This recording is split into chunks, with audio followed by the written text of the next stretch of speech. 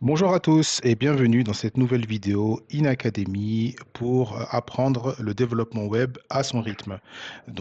Comme dans les précédentes vidéos, sur la chaîne YouTube, on va essayer d'aller doucement apprendre le langage Java. Donc là, ça va être une série de vidéos sur le langage Java.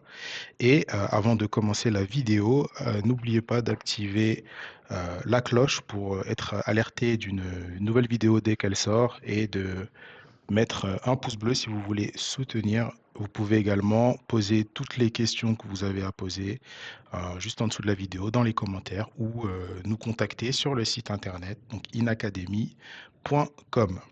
Le sujet de la vidéo aujourd'hui, comme vous avez pu le voir sur le titre, donc c'est les variables dans le langage de programmation Java. Donc, je vais essayer de vous expliquer le type des variables, donc comment on déclare une variable et comment du coup on stocke une information. Là, on est vraiment dans les bases. Donc si vous êtes en train de regarder la vidéo, j'imagine que vous commencez à coder, vous commencez à apprendre le langage Java. Donc c'est super important de connaître ces bases-là, puisque déclarer une variable, c'est tout simplement la base en programmation web. Donc sans plus attendre, juste ici, moi j'utilise IntelliJ. Pour Java, je trouve que c'est le meilleur logiciel, hein, tout simplement pour écrire du code. Je vous le recommande.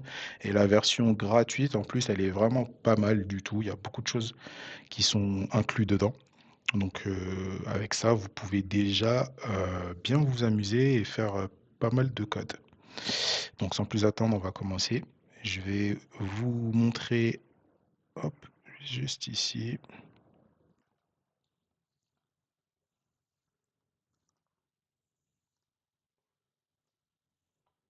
Donc, un tableau qui va représenter en fait tous les types qui existent en Java. Ok. Dans cette colonne-là, vous avez les types. Juste ici, vous avez les descriptions, d'accord, des types. La taille que ça va prendre en mémoire. Et ici, vous avez à quoi ça va représenter. Qu'est-ce que ça va représenter? Donc, par exemple, avec le premier type, donc le type booléen, donc qui va renvoyer true ou false. Déjà, donc je l'ai déjà dit dans d'autres vidéos, mais je vais le réexpliquer encore et encore. Donc je vais souvent me répéter.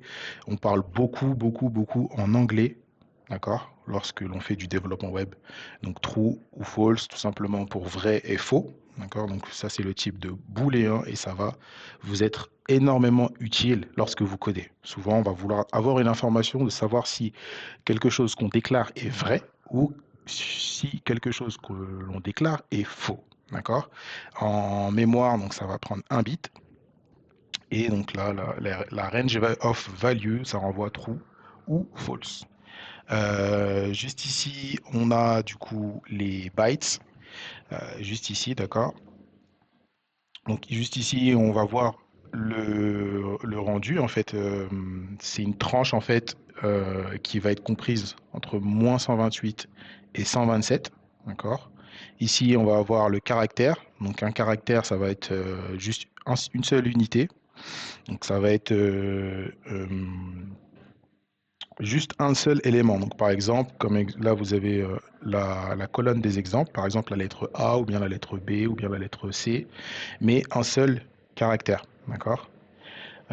Ici, vous avez tout ce qui va représenter la partie numérique, donc c'est tout ce qui va être chiffres et chiffres à virgule, avec encore une fois des exemples. Donc, par exemple, le int ici, qui va représenter des chiffres, donc par exemple -2, -1, 0, 1 ou 2. Long, ça va être la même chose. Et ce qui va en fait différencier, pour l'instant, en fait, on ne va pas rentrer trop dans le détail. Ce qui est important de retenir, c'est que ici, c'est la partie numérique.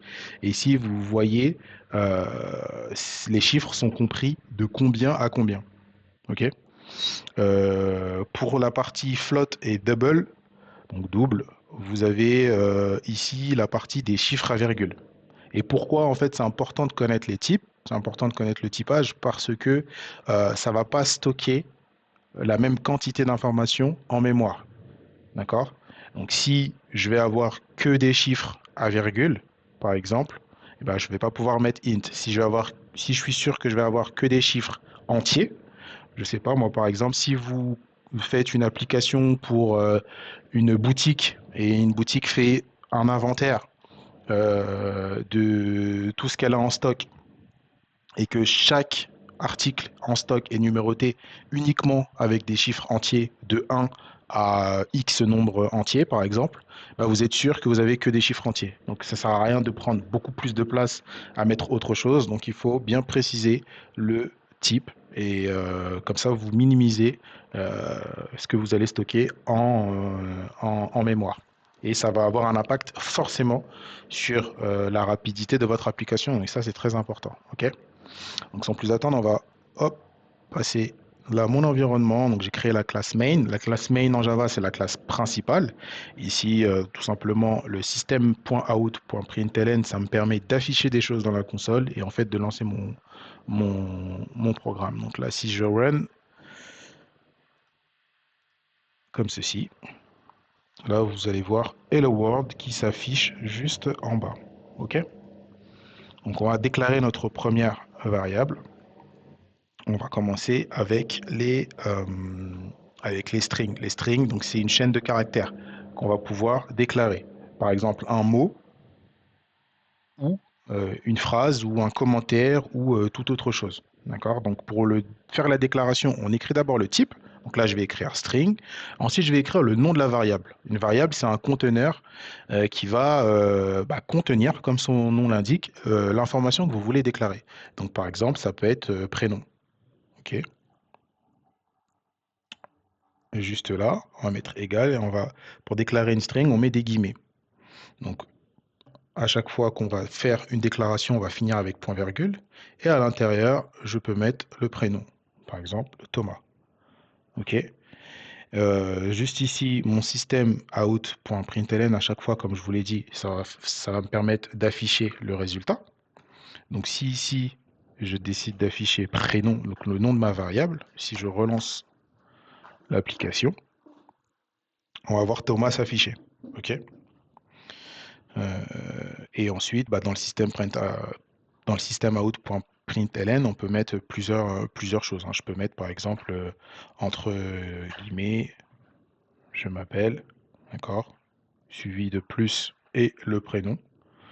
Si je relance l'application, je vais avoir je m'appelle Thomas. Donc là, hop, il faut que je rajoute un espace. Je peux mettre les deux points. Et là, je vois bien je m'appelle Thomas. D'accord. La deuxième variable qu'on va tester, c'est les chiffres. Donc, int, j'écris chiffre, par exemple. Et là, vu que c'est pas une chaîne de caractères, vu que c'est pas un string, j'ai pas besoin de mettre des guillemets. Donc, je peux mettre par exemple 8, toujours avec le point virgule.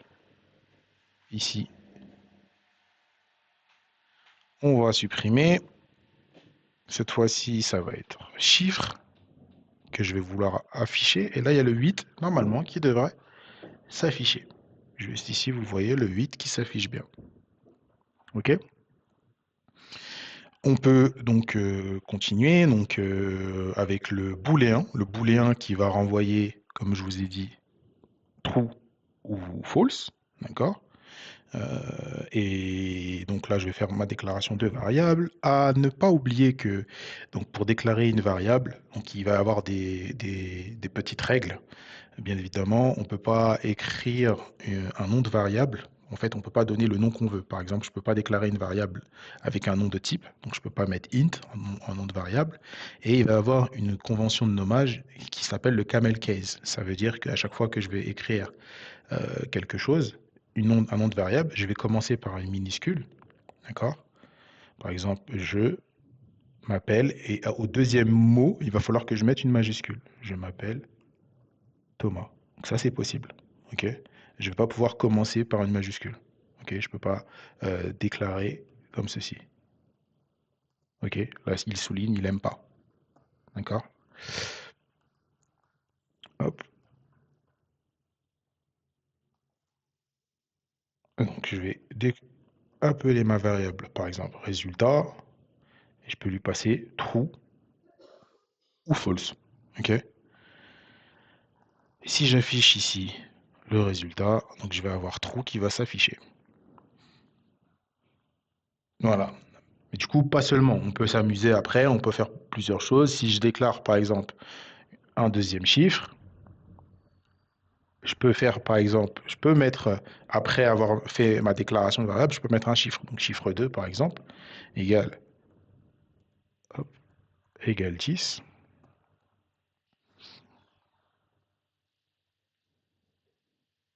Et bien là, si vous voulez, je peux mettre que le résultat, je peux mettre chiffre 1, je peux utiliser un comparateur, je peux dire que c'est plus petit que chiffre 2. Donc si je fais ça, ça veut dire que je dis que le résultat est, donc, le chiffre, donc le 8, est plus petit que le chiffre 2, que le 10. Donc on est d'accord que c'est bien vrai. 8, c'est bien plus petit que 10. Donc si j'affiche le résultat, normalement, ma console va m'afficher encore une fois true. Voilà. Si je mets l'inverse, ça va me renvoyer false.